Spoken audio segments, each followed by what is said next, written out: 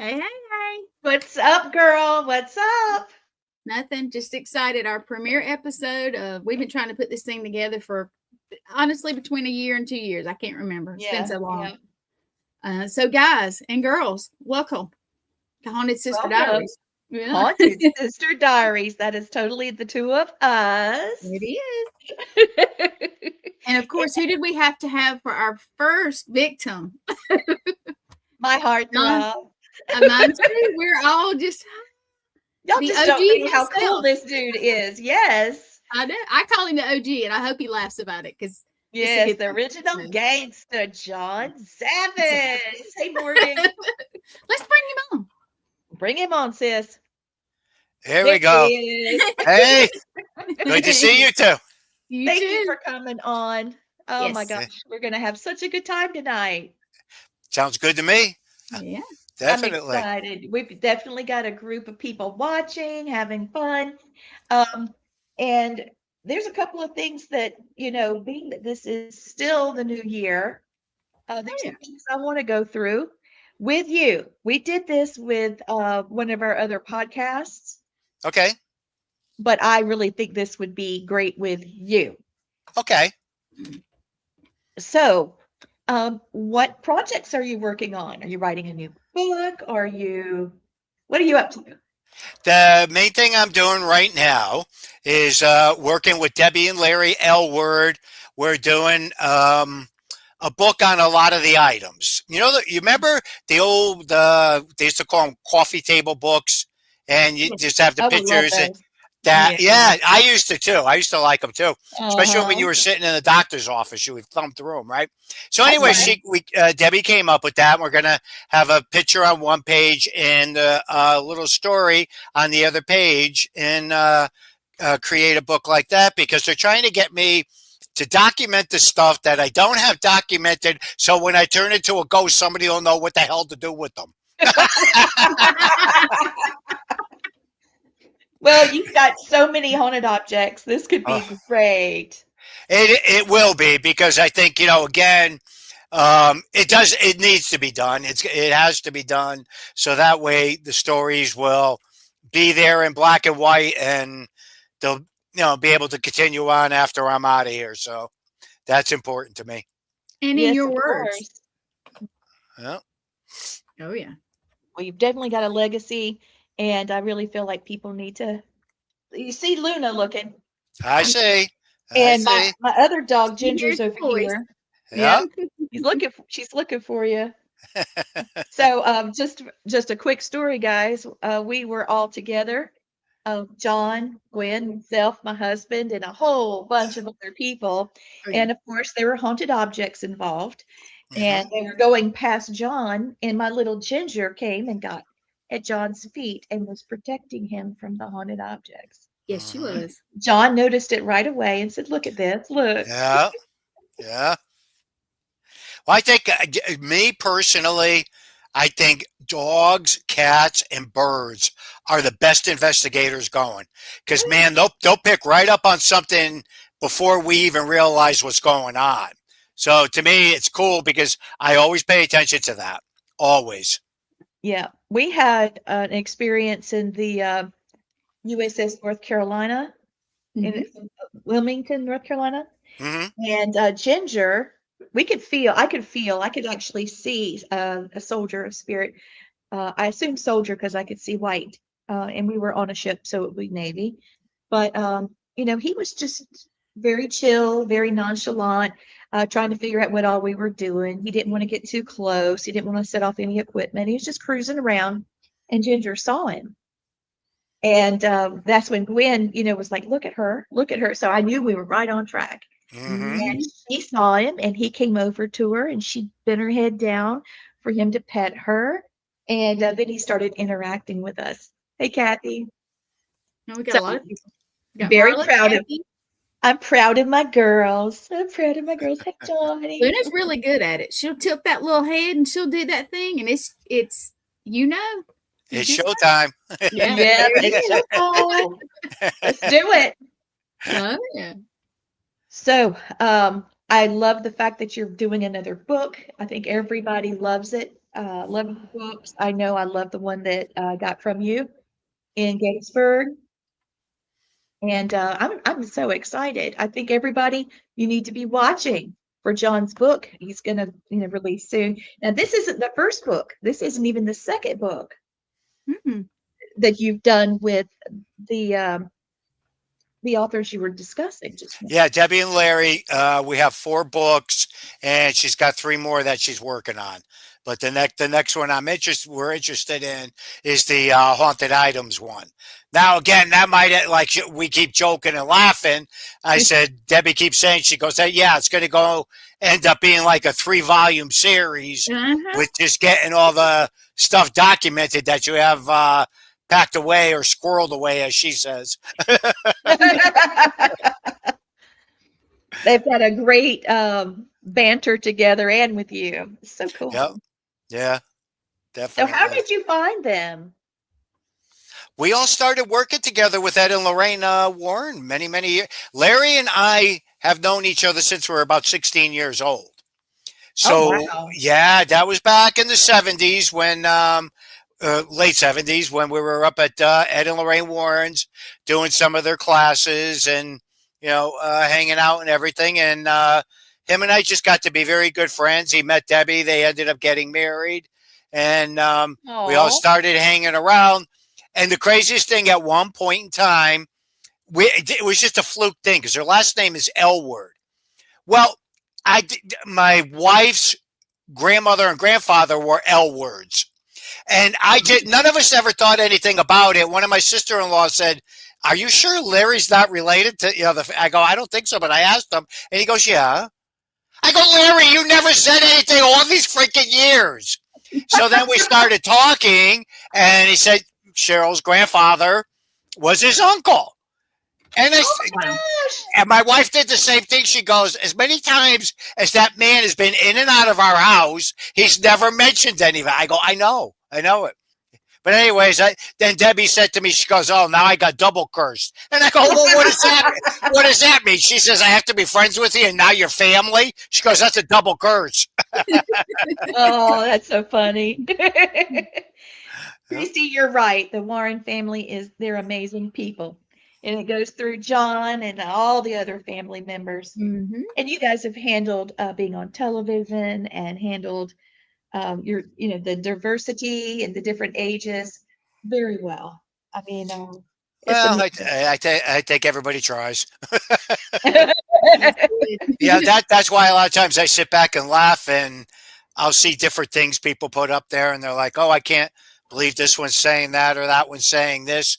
And if you're ever talking to me, I'll just turn and look at it. Don't complain to me. I'm the king of getting picked on. I've heard it, been through it, dealt with it for the past 50 years, so nothing surprises me. Nothing.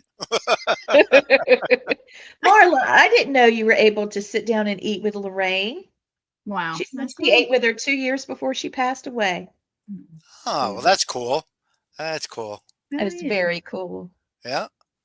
Well, she's an amazing person. So is Ed, and the legacy continues. Yeah. That's amazing. Still going. Mm-hmm. How many haunted objects do you think you have? I have no freaking clue. I You honestly really don't. You don't. I don't. Again, within certain areas, I have a small barn out behind the big barn.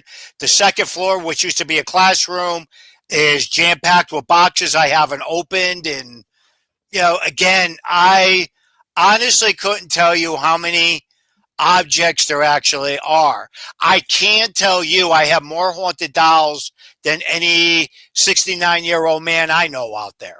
That I can tell you. So that I know I got a lot of dolls. You got a lot of dolls. A lot of dolls. Yep. Do you love our friend Marley? Yes. Yeah. You love our friend Marley.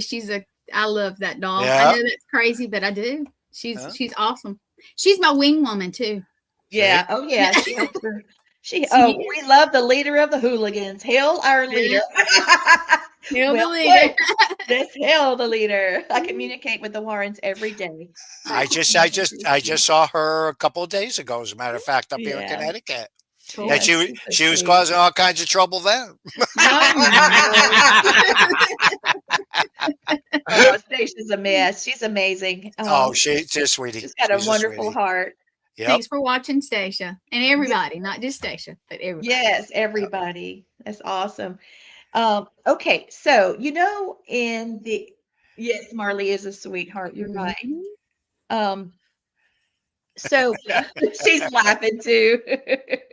All right, so in New Year, when it's New Year, we do the top 10 things about the year before, and then we'll do the top 5 or 10 for the year coming of what we would like to see. hmm So this is what I wrote for the top 5 for what we would like to see in the paranormal 2026. If you don't like them, it's all good. Good. Hey, Anthony. Thank you Hey, for Auntie. watching. Okay, so we're starting at 5. Okay. Respect for cultural and indigenous knowledge. The paranormal didn't start with TV, and we want to respect inclusion of indigenous and ancestral beliefs, permission-based storytelling. What do you think of that? I'm all for it. Uh-huh. Again, that predates everything, predates Mhm. what is in existence. It's Mhm. amazing. Again, I grew up Roman Catholic, but again, I refer to myself today as a recovering Roman Catholic, like most people do. Yeah. But again, I look at so many different things and I often laugh because people will always say, oh, well, Ed and Lorraine were such strict Roman Catholics. No, they were not. Again, they were from the old school, okay? They were brought up Catholic, so they practiced it and they lived by, doing the prayers and doing, different things. But I met Buddhists, I've met rabbis, I met shamans, I met so many different cultures and belief systems Mhm. through my aunt and uncle. And that's what helped me develop into what I became, whatever the hell that is. But to have a good understanding of so many different practices and belief systems out there, which intrigue me. I'm very, very fascinated by everything. And I do get myself in trouble. I'm not going to tell you I don't. So again, with a lot of it, I'm just totally, totally amazed. And when you sit back and you think about those practices from indigenous people, those things predate everything. Their belief systems, their practices, it all predates. So therefore, again, how anyone cannot respect the traditional ways of a lot of different things is beyond me, because I know I do. I Lee, appreciate that. Can you hear me your okay? camera is froze. Yeah, we can hear you. Well, do you see what shirt I just grabbed out of the closet today, Lee? Oh, yes. That's Thank our tribe you. shirt. Yeah, That it's is our tribal shirt. Mhm. I'm very honored to be on the council of it's the Eastern Cherokee, Southern Iroquois Tribe, and United Tribes of South Carolina. There you go. We are state recognized, not federal yet. Yeah. Yet. And we're planning our powwow. So it's coming up.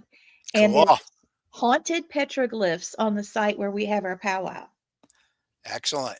I'll send you some Excellent. pictures of it. It's incredible. Yeah, And definitely. I'll have to tell you all about it in a different time.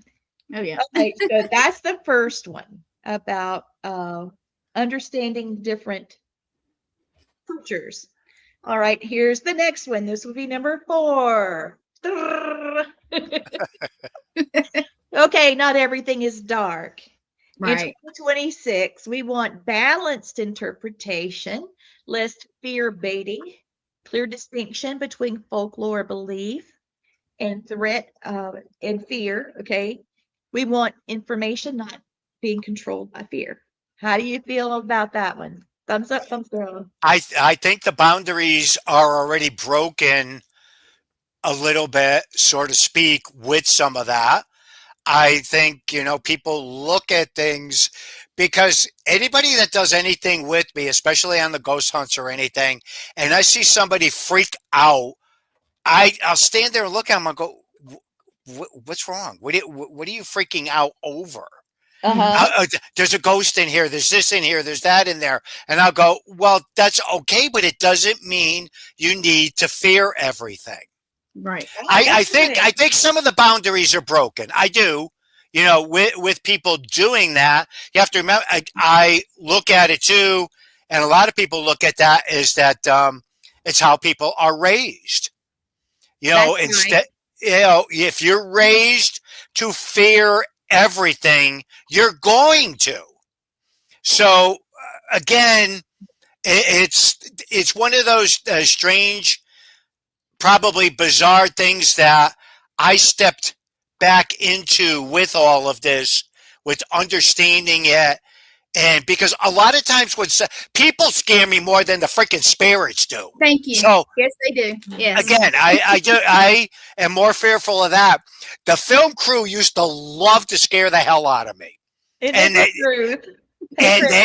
They would do different things just to see me jump, because then I would turn around and start cursing everybody out. Because, you know, again, it wasn't being filmed or anything, but you know what I mean? We'd be getting, yeah. So, but it's interesting on the perspective of how I look at things, or how I'm not as, because my uncle even used to yell at me years ago. Many years ago. Oh yeah. He goes, he says, you're fearless when it comes into wanting to know something, to understand something. And I go, well, yeah. And my aunt would turn and look, and she goes, well, chip off the old shoulder kind of, don't you think? And because he would dive into some really heavy, dark things to get involved with, to understand a lot of it. So I think that helped to shape a lot of it, to bring it to the forefront with things. But I hope it keeps moving that way, where people do understand it somewhat better. But as we all know, any of us know, that you get involved with anything, if somebody's not screaming and hollering and getting possessed like they change their underwear every other hour, you know what? Okay, here's a point where we could say this is moving forward, is YouTube. We finally got to be able to see people doing, you know, regular things, and they're not getting EVPs every 2 seconds, and, you know, they're not falling under possession, you know, every blink of an eye or so. So again, I think a lot of that, and watching certain people use the equipment and things, has helped people to be able to push forward with a little bit of it. I mean, I myself have, you're probably going to surprise you, but over the course of the past, 2 or 3 or 4 months, I've even said to myself, I'm even considering doing a YouTube channel, because come do it with us. Nice. So it's something I want to do, and I want to structure it, but I want to make sure I have it and I own it, and it doesn't disappear like our shows disappear and everything else disappears. But again, I'm giving it a lot of thought. I'm thinking about it. Again, might as well share a little bit of the stuff that's up in this old noggin. That's how that's how I'm kind of looking at it, and it's just something very amazing and very rewarding, because today we got that opportunity where we don't have to be 100% restricted on what we do. Again, for any of us that have done TV, you know what it's like. You have to deal with production companies, production company, the people that work for the production company, people that deal with the networks, attorneys, all these different people. When I got involved with production, I turned and looked at Rick Sassoon, who's my head honcho guy for the show, and I go, this is like a freaking machine. He goes, we've been trying to tell you. And he goes, you're so stubborn. And once I was sitting in on meetings and listening to, oh, no, you got to change this. No, you can't do this. No, you can't say it like that. And I'd be like, oh my God, no, you're going to offend this one. You're going to offend that one. No, we'll end up in litigation. So here again, with the movement forward, with a lot of people doing their own thing, I think it's turning out great. I Mhm. really do. I would Yep. say something southern or, redneck. And they would say, "Oh, she said so and so. Can she say that?" Oh, and I'm like, "Oh hell, what did I Well, Lee, you're going to appreciate this. We worked on one of our episodes, and a do?" very Yeah. wealthy family. They had purchased this piece of property, and there was a big mound on the property, Oh. and it was a spiritual area. It was Mhm. over 1,000 acres, and the Oh, Native American, wow. yes, the Native Americans still used it and everything. Lawsuits erupted and everything, and all kinds of crazy things were going on. And I was able to dive into it and pull some of it forward. And again, it was amazing once the owners of the property realized what was happening. But we wanted to go forward with bringing a lot of the indigenous stuff forward. Do you know Mhm. we could not do it? We were not allowed to do it. It had to be structured. Oh. Everything had to go through 3 different sets of councils and every. I used to get, it used to be, you're ruining it. You're ruining the moment of someone being able to experience a shaman doing a full ritual. Mhm. And that stuff like that has always bothered me tremendously, that you get so restricted with stuff with mainstream TV. I totally agree there. Yeah, you're gonna know as Yeah. well as I do, because we've anybody that does shows knows that. So and it's hard. It's very, very hard for people on the outside. They'll say, "Well, it's your show. You could do this. You could do that. You get Mhm. you don't." I know. You know my best analogy for that. Do you work a job? Do you work 9 to 5? Do you have bosses you have to Yes, yes, yes. Well, so do we. Mhm. That's right, And Brian. people will go, okay, I didn't think of it that way. I go, I know. Everybody thinks you can just do whatever you want on TV, and Well, you can't. it's because they only see Tunnel vision. the Yep. they don't see the Tunnel rest. vision. Tunnel vision. Yeah. Yep. Oh, Well, yeah. I want to Well, brag on one of our friends that popped in. She told you hello, and she said production people are thank a lot. you. We got recently in the last not year yet, but Laura is awesome. She's got something new out. Oh, We'll no, talk she's about great. that. Yeah. Yep. You Yeah, know no, who she's she cool. is. We're so proud to be. Laura will tell you, too, because she dealt with me a couple of times, and she'll just go, man, you're unbelievable. And I go, well, after you've been involved with all that, you understand it. But again, to this day, there's a tremendous amount of people from Haunted Collector that I've Mhm. worked with for the 3 seasons. I've remained friends with quite a few of them. They'll get involved with different projects. Oh, good. They'll call me up, Johnny. What do you think about this, Johnny? Give me some input. I go, I'm not on your payroll. Don't be asking me nothing. But I will help them. Why? Because I want them to succeed and be able to, break down some of the boundaries. So Right. there's quite a few people, that are still out there that I do get involved with, and every once in a while they'll pick the phone up out of the clear blue and just, start, you know, picking at my brain to see if I can help them out. Then I'll just say to them, "What are you talking about?" Well, we can't publicly talk about. I say, "You want help? I'll give you help. I'm not going to go on the internet and post it. What do you want?" And then they'll go, "That's right. We keep forgetting how you are." Yep, I know. yeah. And I laugh, because then they'll bust out laughing. They go, "I know, we dealt with you for 3 years. We should know you by now." I go, "The shit I know, if I ever put out there," I said, "you poor guys would all get canned from your jobs." But, it's just the nature of it. And if you're able to help them, I think that's most important. Well, I've called Absolutely. you over the years doing residential cases over the Wait, past 12, yeah. 15 years. Oh, and Brian Cano calls you Ziggity. Well, you know how that started, right? Ziggity. No. Okay. Oh, Lord have mercy. Anyhow, let me tell you. Please. It came up with Brian Cano and Chris Mancuso, his partner, when they used to do Scared and everything. We Yeah. became very good friends, and it was down in Gettysburg. Okay. And we were standing. I was standing outside. That's when I used to smoke. And I was having my cigarette and everything. And Chris Mancuso, he's a typical New Yorker. Says whatever he wants, whatever on his mind. That's Chris. I love him to death. Anyhow, and again, we just got chit-chatting and we got talking. And he was talking about something about me running around in the woods, and that Jason Hawes was out running around in the woods and everything. Well, you guys know me well enough to know my humor. I didn't really know Chris at that point in time. I just turned and looked at him and I go, well, what were we doing in the woods? Uh-oh. I said, were we hunting? Were we hunting? What were we doing? And Chris is looking at me and he's like, what the hell is this guy talking about? Right? And then Brian was just standing there with them and everything. And I'm going, well, tell me, finish this up. I said, finish up the story and everything like that. And Chris turned and looked at me. He goes, you're effing with me, aren't you? And I go,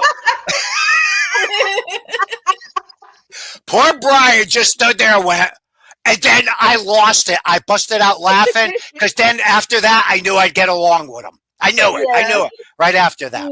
So then after that, the three of us just became very, very good friends. Brian's like family, for Christ's sake. Actually, I just talked to him this morning. Him and I were going back and forth over a few things, and he'll just pick up the phone. Anyways, I was talking about Ziggity. You see how I go all over the place?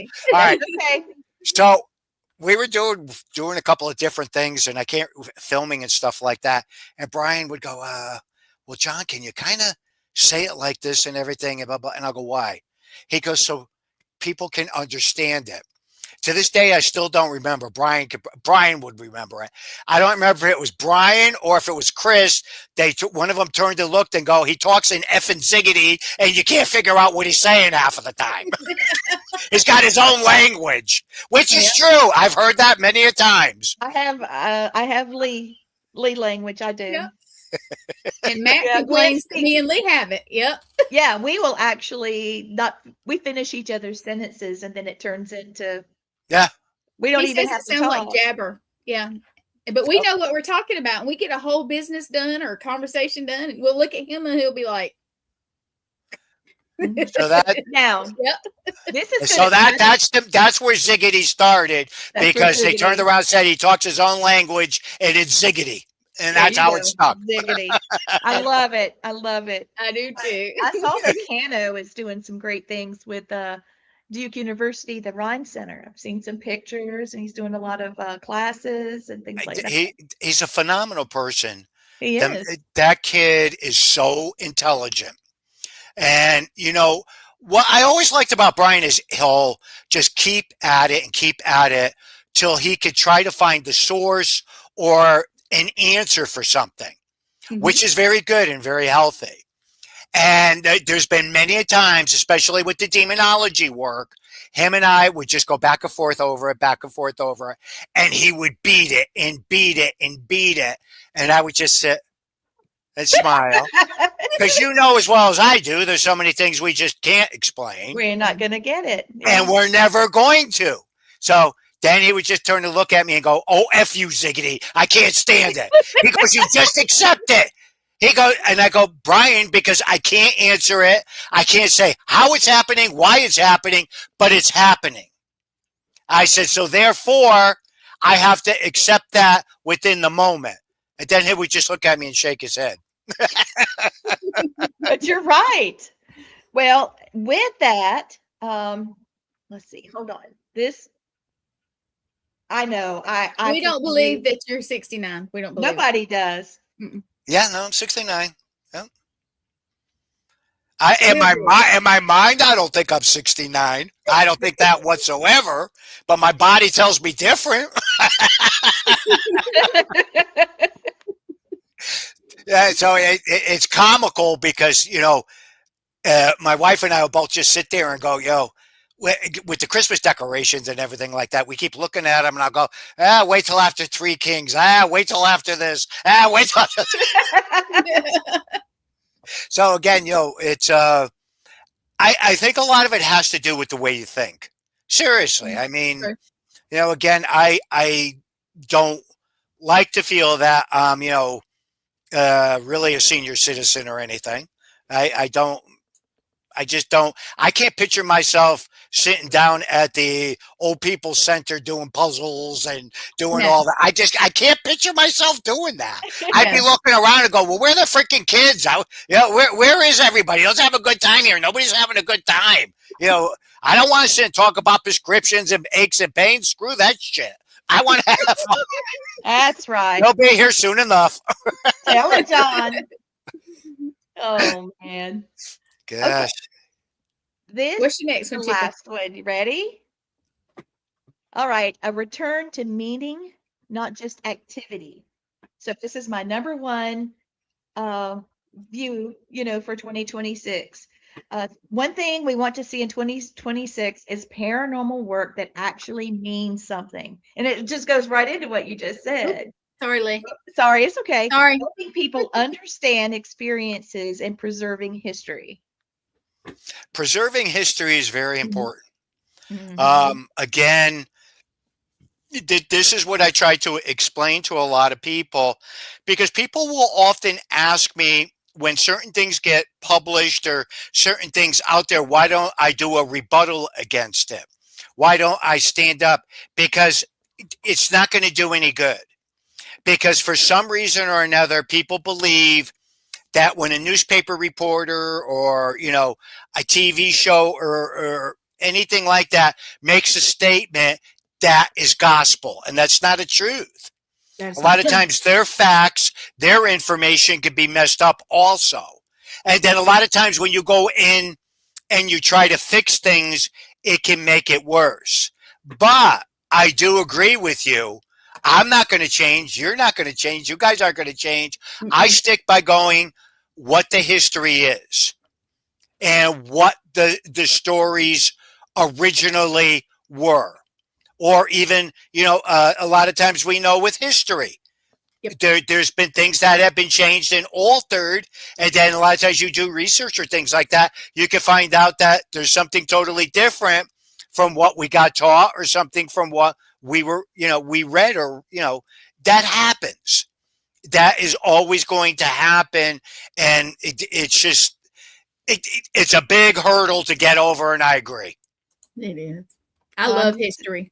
I love it. We both do. We dive into everything. So when we talk to spirits and they're older, we realize we're talking to living history. Mm-hmm. And we try our best to be very respectful, and we're funny. We have genuine conversations with them. Mm-hmm. Not just, are you a boy or a girl? I can't stand Or that. do you, just, why are you still here? What is your unfinished business? Those guys, you're getting really deep into somebody's business, What are you doing? Just talk to them for a second, Yeah. Yep. Yeah, but that's not, it's not a bad thing, because some of the quirky ways we do stuff or the quirky ways we will try to communicate or go back and forth with spirit sometimes can bring something forth that you could go, oh, wait a minute, I could connect that dot to this dot. And is it somehow tying in that's going to be able to help bring some type of resolution? There To it me, is. that right there is a aha moment. And, I am so happy when something like that occurs and happens. It could be, very spontaneous. Okay, here's a wild story for you. I was on a campus and they had opened up a brand new student activity center with the cafeteria and everything in it. All right, we were doing our little ghosty ghost concept. Some of us do. We went into the cafeteria. We're picking up that there was a barn in that area and a little boy got killed in the fire in the barn. Oh. Now, the bizarre thing is usually I don't go too deep because you got guidelines you got to go by when you're on campuses or anything like that. Right. But this was a situation where I said and he was looking for his mommy and daddy. He was looking for his family. And I went, oh, no. So I sat there and I looked at, about a good 15, 20 of the students. I said, I'm going to do something that I normally don't do. I said, I would like everybody to help me to try to help this little boy to go to the light, to cross over to see if he could find his family. And everybody just looked at me and everything. And I walked everybody through it, told them what to do. I said, whatever your belief system is or anything, picture that little boy. And if all of you could pipe up and just tell the little boy to go look for his mommy and daddy in the light, to look for him in the light. Okay. 99% of them that chose and stood up to be able to help the little boy were the females. They jumped right into it like I never seen. And they kicked in and all of them got into it. And at one point in time, there was a very light rumble that went through this building wasn't even a year old, went through the building. And I just sat there and I said, I think the little boy crossed over. I mean, to me, it was a beautiful experience that transpired and everything. And again, the girls were coming up afterwards, giving me hugs. Some of them were crying and everything. Oh, They go, yeah. we've never experienced anything like that. And I was like, driving back to my hotel that night, I go, I'm going to get in all kinds of trouble for doing this one. I could see it coming now. But again, it worked out great, because I was on the phone with a lot of different people from student activities the following day explaining what transpired. And they go, John, the students, love the fact that you were able to help that little boy's spirit cross over instead of just taunting it. Oh. So that to me was very beneficial and very important to be able to do something like that. Resolution and healing. Yes. Yeah. Yes. Yeah. Makes you feel really good. Gwen, the chat room's going wild. I don't think you're going to. They love you, John. They love you. I keep come seeing on it with pop us every up, week. pop up. I know. Everybody loves John. Everybody Okay. loves you. So over 10 years ago, I can't believe it's been that long. You came on Family Spirit, what my first shows, and I'm bringing it back, doing a reboot. And I said I had a surprise for you, and I told you about your ancestry, that I had been doing some work on, just a little bit of ancestry, and I told you were related. That's right. Thomas is right. That's right, He can help assist spirits in transition. It is it's beautiful. So I have some more. Okay. I wanted to translate some of your aspects of your name for you, because I think it suits you perfectly. Okay, cool. Uh-huh. All right. Cool. So the name Zaffis, the family heritage name Zaffis, is a surname of a Greek origin, Correct. derived from Zephyrius, meaning sapphire. In the Greek culture, the sapphire is associated with clarity, truth, protection, wisdom, and wisdom qualities. Okay. And I just thought that really suited you. Okay. It does. That is your heritage. That is who you are. That's your legacy. Oh, Okay. that was pretty cool. What color is sapphire? That's blue, It's right? blue. Yeah. It's that Okay, it's beautiful blue. okay, because I'm a December baby. Me And too. okay, that's the color is blue. That's funny that's all connecting like that. I think that's so cool. It Super, is. super cool. Yeah. Okay. And so besides that, you are known. Here, let me see if I can add this real quick. You are known for being ethical. Okay. Most publicly known as a family member of the Warren family. And you are recognized for being a quiet authority, have long-term experiences, and an ethical approach to everything you do. And does that not show your ancestry, Mr. Yeah, Sapphire? kinda. So you're like, what is it? Blue Eyes. What was his name? The singer. Frank Sinatra? Yeah, so you're our Frank Sinatra kind of paranormal guy. It's a very interesting name, and it's got really great qualities that suit you. Okay, Oh, so well, thank sapphire you. is some immediately. The only sapphire that I've recognized is blue, and it's a really beautiful blue. Really beautiful. Cool. Now, here's something funny for you, too, that you brought that up, Frank Sinatra, because Dustin Perry's a big fan of Frank Sinatra and Elvis Presley. Now, every time I Elvis see, Presley. yeah, my wife, too. Oh. Anyways, every time I see Dustin or anything, I'll jokingly just go up to him and everything and go, and now the final curtain. And he'll go, oh man, don't sing, please don't sing. And, I love it. but I do it to him all the time, and he'll just bust out laughing. But again, you want to talk about somebody that has a beautiful freaking voice? A Who? freaking Dustin does. Does he really? Yes, you should hear that boy's voice. He usually doesn't do it or anything, but there's been 2 or 3 times I've been around him when he would do it, and I'd go, is that Dustin? And I'll go, wow. He's an awesome guy. Oh, yeah. I love the his influence on positive messages and affirmations and helping people through hard times. I And know that's he's made him. a Yeah. big difference. He's made a tremendous difference with how he handles things, the way he does things. Mhm. Have that support group for people going through any type of dark times in their lives and everything. I mean, that young man gets the biggest kudos from me. I actually just had talked to him yesterday too. We were going back and forth, and again, fantastic asset to our field. Yes. And with helping people with depression or anything of that nature and trying to motivate people to move forward. Absolutely phenomenal. One of my favorite episodes of Ghost Hunters International was when he was at Lip Castle and Yeah. he was talking to an elemental and it knocked him on his arse. That was a tough situation for him. Yes, but the way Yeah. he handled it, oh my gosh. And I Yeah. just wanted to be right there. I was ready to try to help him out too, I just thought, oh, not Yeah. Dustin, get up, Dustin.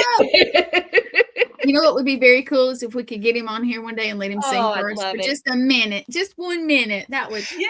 love to Don't hear you it. don't you tell him I said that because he'll call me up and say, "Oh man, shut your mouth." You do know we're live, right?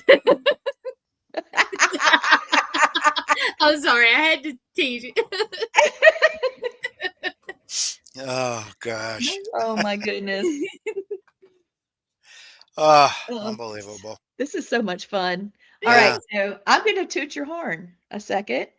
All right, so you are a member, the most public member of the Warren family.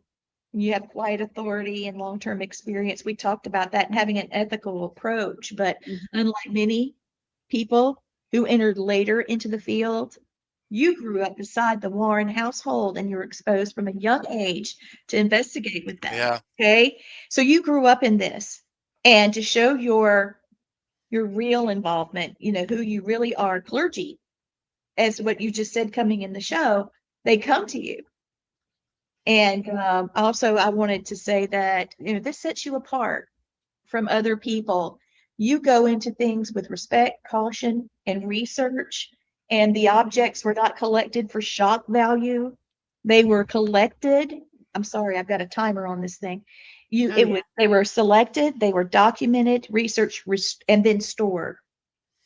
So I just want to say, go Johnny! You did great. Well, thank you. I appreciate that. Again, too, there are a lot of things that I do have, from different cases. I don't talk about them. I just don't bring them to the forefront. Again, it's just the way I look at certain stuff and the way I, again, handle it, or the way I do things when it comes into the items or even cases. As a matter of fact, there's a lot of cases I just never actually, ever went public with because a lot of people just don't want to talk about it. That's okay. That's fine by me. That, that's their choices. So I respect that. I will definitely respect that when people don't want anything brought to the forefront. That's important. So let me ask you something, John, if you don't mind. I don't mind. I recently had something kind of funny happen. I was on the road for several months last year doing a little project of my own. It's a little documentary. It's rough, but when it comes out, I'd love for you to watch a minute of it. Mm-hmm. But I had these people. I walked into a room and there was a baby doll. Baby doll's here, head's next to it. And I thought somebody was messing with me. So I said the word. I said, somebody's effing with me, on camera, of course. Mm-hmm. So the next day we look at we talked to the owner. We went back and he said, I have never seen that doll. And his grandson, who is always the one walking around more mobile than him, says, I've never seen that doll. So that man takes that doll and picks it up and goes, here you go. How do you? It's funny. Have you ever had something happen like that? And it's kind of funny the way they do, because they're not freaking out, but they're like, here you go. You have this. Oh yeah. Yeah. Yeah, definitely. It's again, circumstances or the way things go. It's absolutely crazy and wild with things. Do you know I actually was going to be given I think 12th or 13th year old chapel that was purchased from Scotland. Oh my gosh. What a freaking wild story. It's another story I never taught. Anyways, I'm dealing with this family and billionaires. They built this big mansion. They went and bought this old chapel, had it disassembled and reassembled in their house, and a wicked haunted broke out. Well, I'm on the phone. I'm talking to the guy, and I go, well, he goes, it's from Scotland. And I go, well, the place is probably haunted. He goes, well, why are you saying that? I go, dude, a chapel over in Scotland. I said, do you know how many freaking exorcisms was probably done in that? The wife's in the background screaming. Call the construction people and get that out of my house. Just get that out of here. Lord. And millions of dollars they paid for that. So, he said to me, he goes, I'd love to give it to you. He goes, but I can't take that big of a hit. I go, dude, what am I going to do with it? I said, I'd love to have a chapel, but I don't have anywhere to put it up. So they actually had to disassemble it, had it taken out of the mansion, and the paranormal activity calmed down. Wow. How freaking crazy is that story? That's crazy. That's one of my, and I forget about it all the time, but every once in a while I'll think about it, because I said to him, I go, well, how much did you end up paying for that? He goes, well, $3, then I had to pay to get it disassembled and then shipped over here. And I go, wow. I said, that's a lot, $300,000 just to buy a building. He goes, no, John, $3 million I paid for the. I went, whoa! I go, okay, we got cash to throw around. Yeah. What did they end up doing with it? Do you know? They auctioned it off. That's one of the big. Somebody else's problem now. Yeah. They were involved with some type of a company also, where they bought all these different types of, you know what I mean? They were that whole level that gets involved with all that, with private collectors and everything. So again, that was because I know he told me he had no problem selling it. He said I don't know. What did Tommy say? What? Oh Lord! Be careful what's under the kilt from Scotland. That's my brother that's my brother from another mother. Tom is hilarious. Oh my God. And they both know that I'm obsessed with Scotland. So yes, and here's the hashtag: Zaffis crazy story. Hashtag. Absolutely. Oh, absolutely. Oh my gosh. Crazy. This has been so fun. And we're still going on, but it's so fun. Thank you. Do you have any haunted objects that are like your pets? Like Molly is for me. I study her, and one day she's going to leave us, and that's fine. And she'll be a sweet, little doll that once had a dear friend, in there. But do you have one that's, near and dear, or are they all not so good? Are they all crazy Zaffis crazy story? There's quite a few crazy stories. I don't really have something that I pay attention to or really focus, that intently on. I mean, I have different sections with different categories with things. I mean, recently I had a lot of water damage, and the whole back of the barn almost fell down. But anyhow, when I started reassembling everything, I looked around at one point and I go, what the frick am I going to do with all these dolls, right? So I'm just like, I said, I got to figure out something, right? So I should take a picture of it and post it. People will bust out laughing. One of my sections on the other side of the barn, in between all the displays, I started putting 4 and 5 dolls. Then I started putting the dolls up top in the different sizes, building it like a little. And my wife had come down to get me to ask me something or anything, and she just turned and looked at me and she goes, "What the hell are you doing with all those dolls?" I said, "I don't know. I'm trying to do something constructive with them. I don't know." So, anyways, that's yeah. Oh my Lord. What does she think about living around all of this haunted?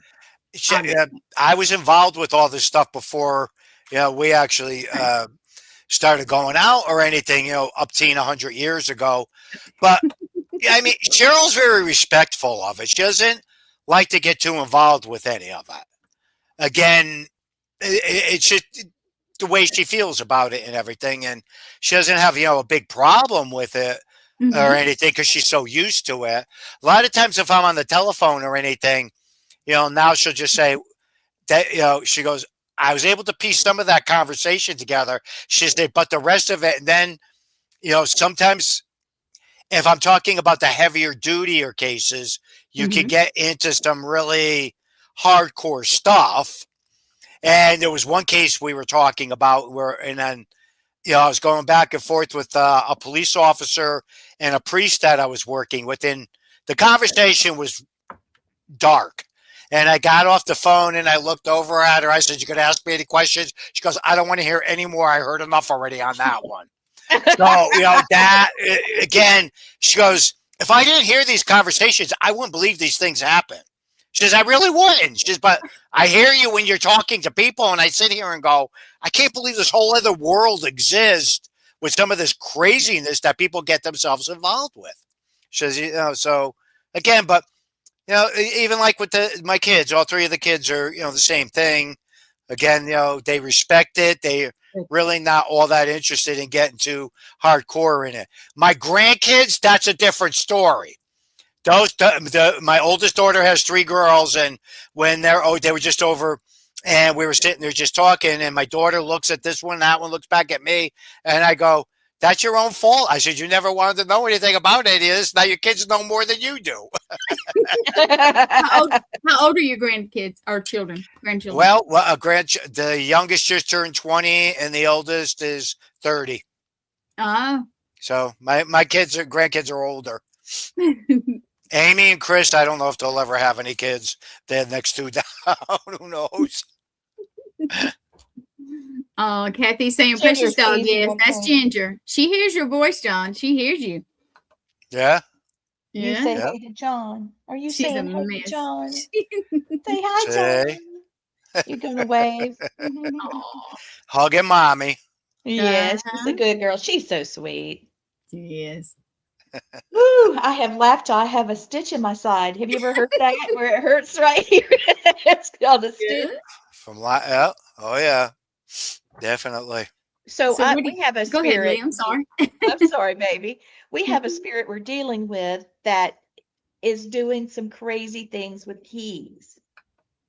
Yes, it is. Samia said that it's awesome these stories get passed down to the grandkids. You are telling the truth there. Yeah. Yes. Yeah. So I was going to say we have a spirit that likes keys. I was in North Carolina doing some work, with my job that pays the bills, and staples. And so I moved the car around, and I had to do some setting up and tearing down and moving stuff around and whatever. And I worked the whole day, and I got in the car and everything was fine. And I had to go back in. I came back, and there's a huge thing of keys in the console. Because that's usually where I put my cell phone. I wonder what that's about. So Matt calls me on the way home, and I said, "By the way, there's something here in the console. I believe it's yours." And he said, "Well, just save it when you get home." And I was like, "Okay." We talked a minute, and then we hung up. I had to get gas, and he was, going to lay down and stuff. When I got home, I walked in and handed him the keys, and he had this look on his face. And immediately, both of us called Gwen. those keys had been in his car and he had Mhm. used them that day. And how did they Ah, end up 2.5 hours away? wow. Oh, how about they? Now, the worst, now you tell the second part. Okay, so I went to Wisconsin and Lee loaned me her heated vest because it was about to snow and all this. This was very recently. And to get on the airplane, of course, because they always seem to love to mess with me, I always make sure there's nothing out of the way. I check my list, make sure everything's good. So her vest, I took and I made sure nothing was in the pockets. I took the battery out because you have to do that. Put it in my pocketbook. Took the vest, checked it again just to make sure. Put it in a the vacuum bag so everything will fit better. Put it in there, and I went through the airports, more than one, and X-rays and everything. There's nothing in it because they would have probably made me open it up because you know how they are, especially the Oh, big yeah. ones. Yep. So I get up there and I wear the vest. Again, nothing in the vest except the battery because I was trying to find. I had only used it once, so I was trying to find. So I checked the bag. Sealed it back up, went through the airports again, and I ended up at my friend's house for a week. And when I used it that time, there was something in the pocket, and I was like, "Did I put something in this pocket?" You know how you go, "Did I lose my mind?"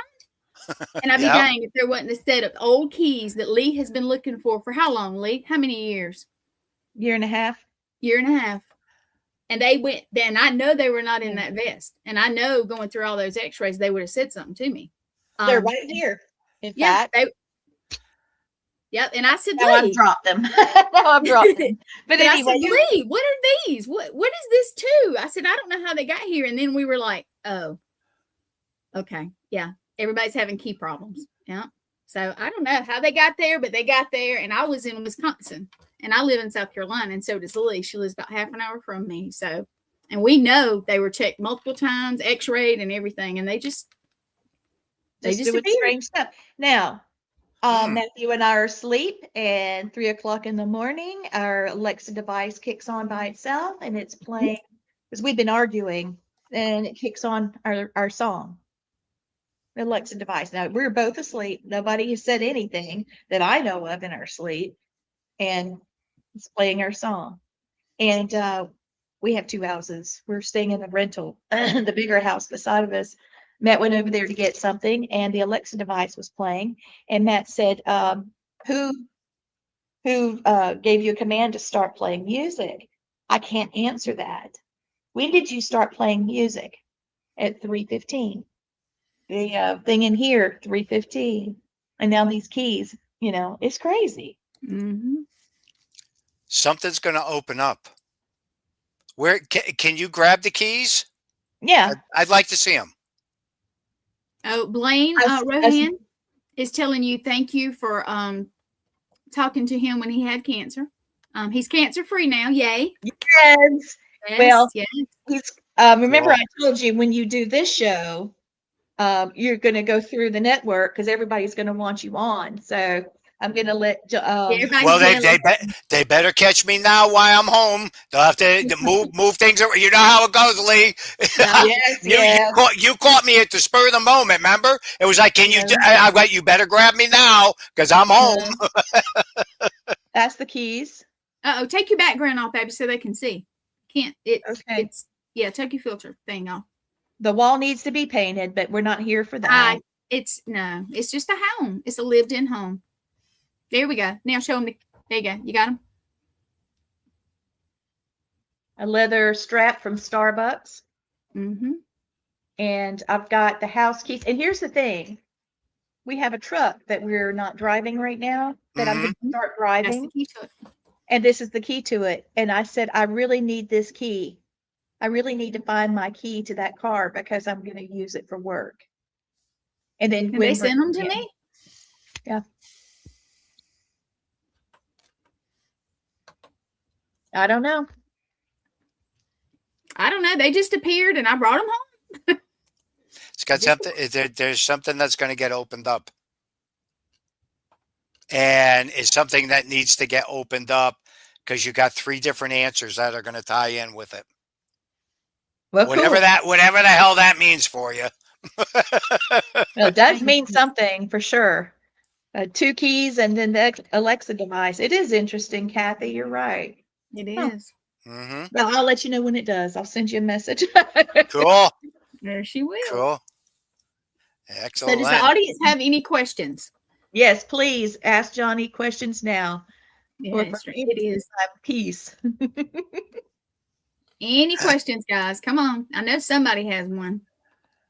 Everybody's saying extremely interesting. Yeah, wow. And here, yeah, everybody's loving you on here. Oh, and yeah. We have, it's not just the people that type in, you know. It honestly, I'm sitting here looking at how many people we have, and it's a large amount.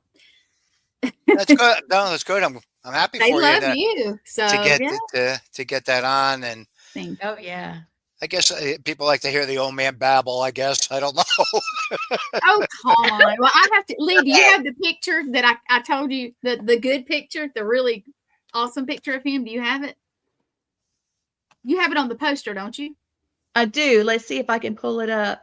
So Okay. I was teasing Lee, and I was like, Oh, man, he looks okay. like Sean Connery in this picture. I know. I'll find it. Everybody says that all the time. I don't see it, but I've heard that for years. You know, that I look just like him. I look just like him, but In this I don't picture, know. you do. Oh my There's goodness. There it is. Wait a minute. All right, I'm gonna pop it up. It's probably gonna go over us. Look.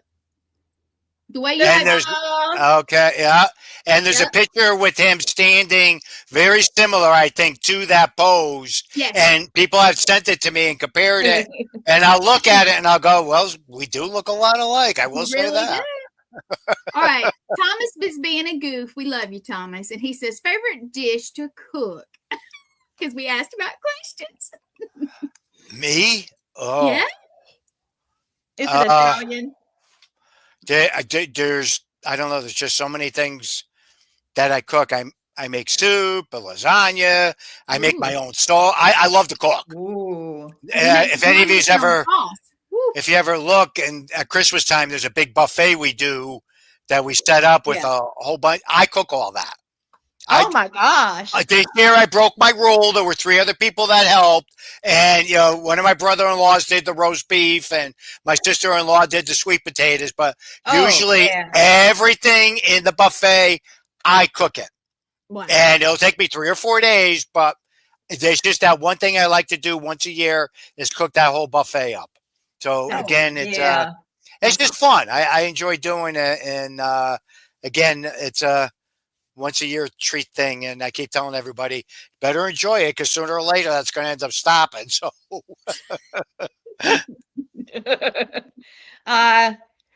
did you see this one? And yet, who claims to be 69? I don't believe it. No, sir. I don't believe it. I'm gonna have to see that driver's license. I ain't believing it. Look at him. He's just grinning at us. Yeah, right. Whatever. Well, do you have anything you want to leave us with? I don't know. No, just you want to ask us something? What do you guys what are you two looking forward to this year? Ooh, good question. Lee, you go. I would like some more of Zaffis crazy stories. True. So maybe that book will be part of it. Also, I do have a book that's coming out, and my episode of Monster Quest. Holy crap! Let me throw that. We forgot almost. Yeah. I completely did. Here it is, Johnny. Sorry. Okay. So the episode first Monster Quest came out January the 2nd, and the 30th is mine. Oh, Blaine's is the next one. Excuse me, the 9th. His is Friday. His is Friday. Let me turn off the banner so y'all can see it. You got it, baby? I'm getting it now. Hang on. I got it. I was okay. And I'm the 30th, and then Gwen is February 2nd. And now I want you guys to know these are true stories. They're real. They're hard to tell. They're very emotional. The Shiat hit the fan all over. We had a mess. And Blaine's going to be very scary. It's going to be a great show. I know there's no wrinkles on Johnny. I know it. I don't see a wrinkle, and I have wrinkles. That's not fair. That's Christy, do you have a crush? There's wrinkles there. There's wrinkles. He hides them well, right? I think somebody got crushed, is what I think. Uh, But also there's another episode my husband and I did together. And mhm. it's called 24 Hours in Hell, and we did a lockdown. It probably one of the most haunted locations I've ever been to. And so it's exciting. Shutter TV picked it up, and we're the premiere episode, not premiere, the finale. And Cool. all Excellent. the all the stuff that they filmed, we thought it would be one season. Well, it's two. So, Angie Moyer, if you're watching, I can't wait. We're real excited. And Excellent. yeah, Excellent. so The that's network gonna be has a a lot of lot fun. going on this year, and not just the network, but I mean, Oh yeah. Blaine, bless his heart. Please tune Blaine's in to his back. episode Friday. Yes, Yes, I'm please so watch excited. Blaine's episode Friday, and he is going to be kicking off a series. Um, it's called When a Mountain Speaks. Is that right, Gwen? When the Mountain Hold on, Speaks. I got it right here. And it's with When Jim the Bordelon. mountain speaks. Yeah. When the Mountain Speaks. And Jim Bordelon, who was on Mountain Men, and he was on Civil War Journals with the History Channel. And he's going to be, Blaine is going to be the co-host with him. And so they're going to talk about history, about different beliefs in the Appalachia, surviving in the wilderness, and Blaine, being former military, is able to do that. And he's also got a master's in history. So, it's all good. And also Excellent. Jim does a lot of speaking in different places. So we'll be seeing him live in different circumstance, and Blaine's going to keep it all together. It's going to be fantastic. We've got 7 different podcasts coming to the network this year. Actually, we got more than that. We got more like 10 more. So I had said it was 8, and it's more like 10 now. Yeah. This being So the kickoff of Haunted Sister Diaries. I'm doing That's Native good. Matters. Native Matters is going to be a big deal for me. It's all things Native American, and we'll be talking about our different cultures and religion and herbal remedies and what's happening now also. So You want to hear my Thunderbird story? yes, I I do. have a tattoo of that on my shoulder. But let me say Okay. real quick. Now we're talking. Oh One my thing real God. quick. One thing real quick. I was out in Nevada doing a conference, and they were getting ready to do the opening ceremony, and 2 of the Navajo the higher ups were there to do the ceremony and opening up and the blessing and everything like that. And they asked me, several of them, if I'd like to participate. I go, absolutely. So they were doing everything and going through it, and That's a big honor. it was fantastic. I enjoy, and I'm watching it and everything like that. And I kept looking up, and one of my buddies was standing next to me, and he was Navajo, and I turned and looked at him. And I said, I don't know what the hell that swishing noise is. And he goes, what do you mean, John? I said, I can keep hearing it, swish, swish, swish, swish, swish. And he just looked at me. He goes, you're kidding, right? And I go, well, no. I go, what is it? And he goes, I don't know. But then he went over and talked to them. Then one of the guys came over after the ceremony was done and everything. And he said, would you explain that a little bit more to me? So I did. I said to him, I said, it was like, swish, swish. And it happened 3 different times. I said, then when you were in one part of the ceremony, as I can't remember what part of it, I said it got super intense. And I had to look up again because I thought it was almost, like a freaking bird or something. But I knew there was no birds out. Well, they just looked at each other, and they were, then a whole bunch of them got together, and they were congregating and talking and everything. And then they came back over and they go, do you have Native American in you? And I go, I don't know. I said, anything's possible. So anyways, we were driving home. We had done a ghost hunt afterwards, and the guys were involved with that.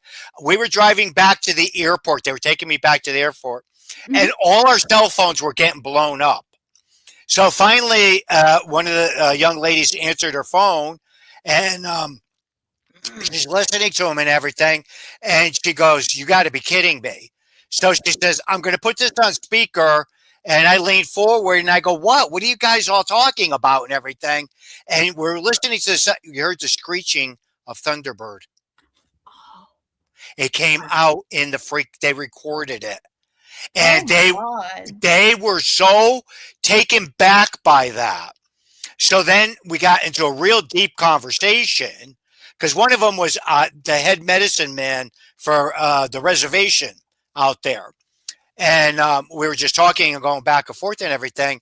And he goes, "Are you sure you don't have Native American in you?" And I go, "No." I couldn't tell you or anything. I said, "But," I said, "You know what's funny?" I says, "I travel around a lot of different places and sometimes different, you know, not organizations, tribes, different Mhm. tribes will show up and different things like that. I've been given protection bags. I've been given a smoke pipe from a chief, from Ooh, another. that's a big deal. Woo. That's what they said to me. Mhm. They go, "You are definitely a brother." And I go, "Well, why?" They go, we have different, you know, groups of us that recognize you, John." And I go, "Well, that's a cool thing." And I said, "I'm honored." And I like that. And they go, "If you were ever given protection bags, medicine bags, and a peace Mhm. pipe, that speaks volumes. That Yes. speaks volumes of, what different tribes think of you." And I go, "Oh, that's cool." I say, that's real nice and everything. And, I thought that was cool. But I think the Thunderbird thing was something that just totally took me back because then it was like several days later, the two of them had called me and told me they were, back on the reservation and they were talking to the elders. Mhm. And they said that that was extremely rare for white men to have that type of an experience.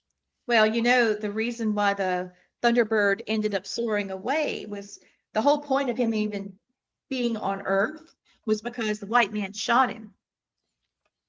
And so the indigenous people were trying to nurse it back to health, and finally it ascended again. So for you to be able to see it, it means to me that it means that you were being honored because you're not like the white man that shot him. You see what I'm saying? It's like What he's that's showing they you told, respect. yeah. Okay. They Okay. told me, I didn't see it. I just heard it and heard the sound. I didn't actually hear the sound until they recorded it. But they said the same exact thing to me. That was an extreme honor for a white man to have that experience, and that spoke volumes. And one of the other elders that was there during this, because it was like a conference they had, and they had me on speaker on the reservation. I was like, "Oh, that's so cool." I felt so honored behind that. And, he just explained it to me. He goes, "You are welcomed on any reservation and you don't even realize it."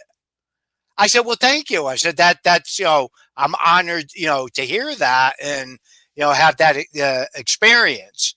And one of the guys, called me a couple of days later. He goes, "You still don't get it, do you?"